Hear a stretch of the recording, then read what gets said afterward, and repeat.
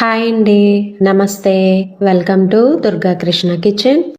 రీసెంట్‌గా మనకి వీడియోల్లో వైరల్ అవుతున్న చాక్లెట్ అండి. దుబాయ్‌లో ఫేమస్ అంటండి ఇది. Kunafa chocolate. ఒకసారి మరి ఎలా ఉందో టేస్ట్ చేసేయాలి కదా మనం కూడా. చాలా తక్కువ ఇంగ్రీడియెంట్స్‌తో తక్కువ టైంలోనే చాలా ఈజీగా ప్రిపేర్ చేసేయొచ్చండి. ఫస్ట్ టైం ట్రై చేస్తున్నానండి చాక్లెట్టు. ఎలా వస్తుందో ఏంటో అనుకున్నాను. కానీ రిజల్ట్ అయితే చాలా బా వచ్చిందండి. టేస్ట్ అయితే ఎక్సలెంట్ అండి. పిల్లలకైతే చాలా చాలా బాగా నచ్చుతుంది. వీడియోలోకి వెళ్ళే ముందు మీకు గనక ఈ వీడియో నచ్చినట్లయితే తప్పకుండా వీడియోని లైక్ చేసి, షేర్ చేసి, కామెంట్ చేయండి. మీరు లైక్ చేయడం వల్ల ఈ వీడియో అనేది మరికొంతమందికి రికమెండ్ అయ్యే ఛాన్స్ ఉంటుంది. అలానే ఛానల్‌ని సబ్స్క్రైబ్ చేసుకొని పక్కనే ఉన్న బెల్ ఐకాన్‌ని గనక క్లిక్ చేసినట్లయితే నేను పెట్టే ప్రతి వీడియో యొక్క నోటిఫికేషను మీకొస్తుందండి. ఇంకా లేట్ చేయకుండా ఎంతో ఫేమస్ అయిన కునాఫా చాక్లెట్ తయారీ విధానం ఎలాగో చూసేద్దాం. స్టవ్ మీద ప్యాన్ పెట్టి దానిలోకి ఒక హాఫ్ కప్ వరకు పిస్తాను తీసుకోవాలండి. దాన్ని మంచిగా ఫ్రై చేసుకోవాలి. ఆల్రెడీ ఇవి రోస్టెడే కానీ ఒకసారి ఫ్రై చేసుకుంటే ఆ పచ్చిదనం అనేది పోతుందన్నమాట. వీటిని మంచిగా ఫ్రై చేసుకొని వేరే ప్లేట్లోకి ట్రాన్స్ఫర్ చేసుకోవాలి. తరువాత చాక్లెట్ కోసం ఇక్కడ డార్క్ కాంపోనెంట్ చాక్లెట్ తీసుకోవాలండి. అలానే వైట్ కాంపోనెంట్ చాక్లెట్ కూడా తీసుకోవాలి. ఇక్కడ నేను మిల్కీ బార్ చాక్లెట్ తీసుకున్నానండి.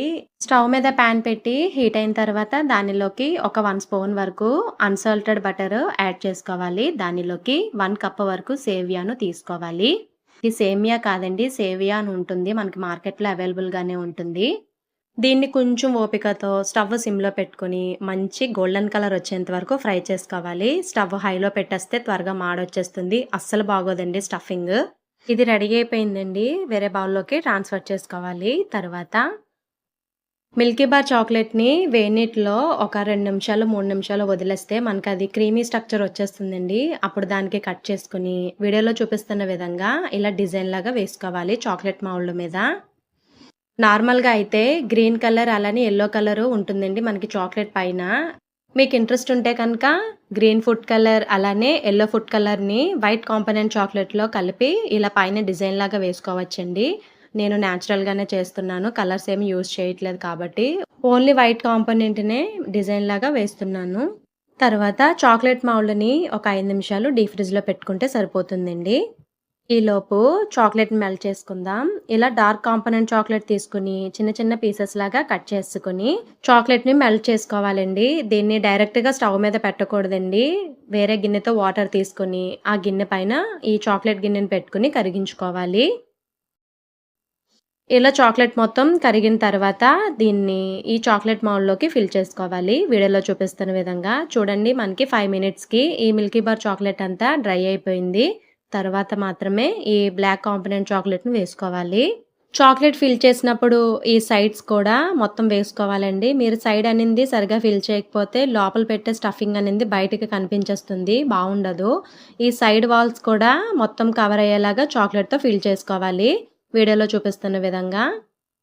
తర్వాత ఈ మౌల్డ్‌ని డీప్ ఫ్రిడ్జ్‌లో పెట్టుకోవాలండి. ఒక పావు గంటలో మనకిది డ్రై అయిపోతుంది. తరువాత స్టఫింగ్ కోసం ఇక్కడ మనం పిస్తాను ఫ్రై చేసుకున్నాం కదండీ! వాటిని పొట్టు తీసేసుకొని ఇలా మిక్సీ జార్‌లోకి యాడ్ చేసుకోవాలి. దానిలోకి వైట్ కాంపోనెంట్ చాక్లెట్‌ని కూడా యాడ్ చేసుకోవాలి. అదేనండి మిల్కీ బార్ చాక్లెట్‌ని ఒక 2, 3 పీసెస్ లాగా యాడ్ చేస్తున్నా. తర్వాత దీనిలోకి కండెన్సర్ మిల్క్‌ని కూడా యాడ్ చేసుకోవాలి.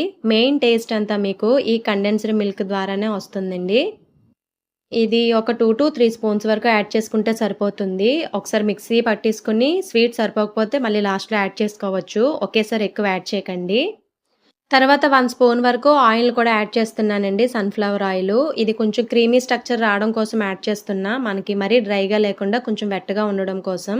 ఇలా ఆయిల్ సెపరేట్ అయ్యేంత వరకు మనం మిక్సీ పట్టుకోవాలి. వీడియోలో చూపిస్తున్న విధంగా. తర్వాత ఫ్రై చేసి పెట్టుకున్న ఈ సేవియా ఉంది కదండీ! దాన్ని వేరే బౌల్‌లోకి వేసుకొని, దానిలోకి బ్లెండ్ చేసి పెట్టుకున్న ఈ పిస్తా పేస్ట్‌ని కూడా వేసుకొని, కలుపుకుని ఒకసారి టేస్ట్ చెక్ చేసుకోండి. నాకిక్కడ స్వీట్ అనింది సరిపోయింది. 3 స్పూన్స్ వరకు కండెన్స్డ్ మిల్క్ యాడ్ చేశాను. అలానే కొంచెం చాక్లెట్‌ని కూడా యాడ్ చేశాను కదా! అలానే ఈ స్టఫింగ్‌లో కూడా కొంచెం గ్రీన్ ఫుడ్ కలర్‌ని కూడా యాడ్ చేసుకోవచ్చండి. మీకు ఇంట్రెస్ట్ ఉంటే కలర్ కొంచెం మంచిగా కనిపించడానికి. నేను యాడ్ చేయట్లేదు. పావుగంట తర్వాత చాక్లెట్ మౌల్డ్ చూసారు కదా! మనకి చక్కగా డ్రై అయిపోయింది. ఇప్పుడు దీనిలోకి జాగ్రత్తగా స్టఫింగ్‌ని ఫిల్ చేసుకోవాలి. 4 కార్నర్స్‌లో కూడా స్టఫింగ్‌ని బాగా ఫిల్ చేసుకొని, దాని మీద వీడియోలో చూపిస్తున్న విధంగా మెల్ట్ చేసుకున్న చాక్లెట్‌ని జాగ్రత్తగా వేసుకోవాలండి. ఈ చాక్లెట్ వేస్తున్నప్పుడు ఎయిర్ బబుల్స్ అనేది ఫామ్ అవ్వకుండా వీడియోలో చూపిస్తున్న విధంగా ఈ కార్నర్స్ అనేది మంచిగా సరి చేసుకుంటూ వేసుకోవాలి. ఎయిర్ బబుల్స్ ఫామ్ అయితే బావుండదండి. డ్రై అయిపోయిన తర్వాత చాక్లెట్ అనింది చూడ్డానికి.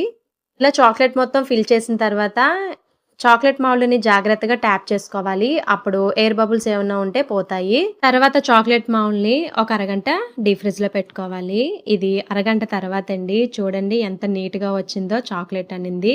చాక్లెట్ మౌల్డ్ మీషోలో తీసుకున్నానండి. దీని రేట్ కూడా చాలా తక్కువే పడింది. 86 రూపీస్ ఎంతో పడింది. నేను చాక్లెట్ మౌల్డ్ లింక్ అనింది కింద డిస్క్రిప్షన్‌లో ఇస్తాను. ఇంట్రెస్ట్ ఉన్న వాళ్ళు చెక్ చేసుకోవచ్చు.